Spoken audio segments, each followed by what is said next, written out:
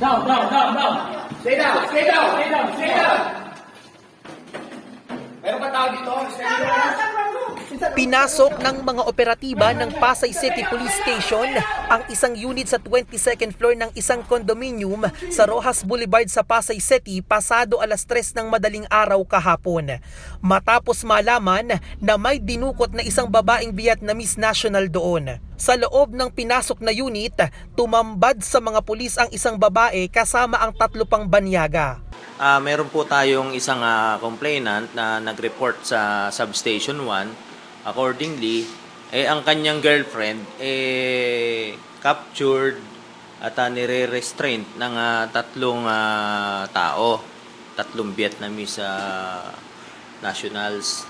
Kinilala ang mga sospek na si Mai Ngoc Huyen, 24 na taong gulang Vietnamese national, Tran Duy An, 26 na taong gulang Vietnamese national, at si Wang Ji, 27 taong gulang na isang Chinese national. Ayon sa investigasyon ng mga pulis, bandang alas 6 ng umaga noong Linggo, September 24, nang dukutin ng mga sospek ang biktima sa isang hotel sa Pasay. Natukoy ang biktima na isang 29 na taong gulang na Vietnamese national.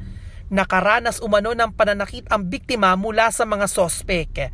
Humihingi pa umano ang mga ito ng karagdagang ransom sa kinakasama ng biktima na isa namang Singaporean national businessman. Sabi nung ating biktima, sinaktan siya ng pangilang ulit dahil pinipilit siya magdagdag ng ransom bukod pa dun sa 900,000 na itinaransfer na ng boyfriend niya. So it's purely the motive is about money po talaga. Dinadaing niya lang talaga yung ulo, yung nasa ulo niya, yung pinalo daw siya ng malakas sa ulo. Patuloy na iniimbestigahan ng mga pulis ang pagkakakilanlan ng mga sospek. Samantala, sinubukan naming hinga ng pahayag ang mga sospek pero dahil sa language barrier ay nahirapan kaming makausap sila. At sa halip ay nagpaabot na lang ng kanilang mensahe sa pamamagitan ng Google Translator. Dahil dito, patuloy ang pagpapaigting ng pulisya sa seguridad at kaligtasan ng mga banyaga sa lugar. Lalo na ngayon at marami tayong foreign nationals, ina-identify natin kung saan ang mga places of convergence ito. Kaya doon po natin ipinipwesto yung ating mga mobile cars. Mahaharap ang mga sospek sa kasong kidnapping for ransom.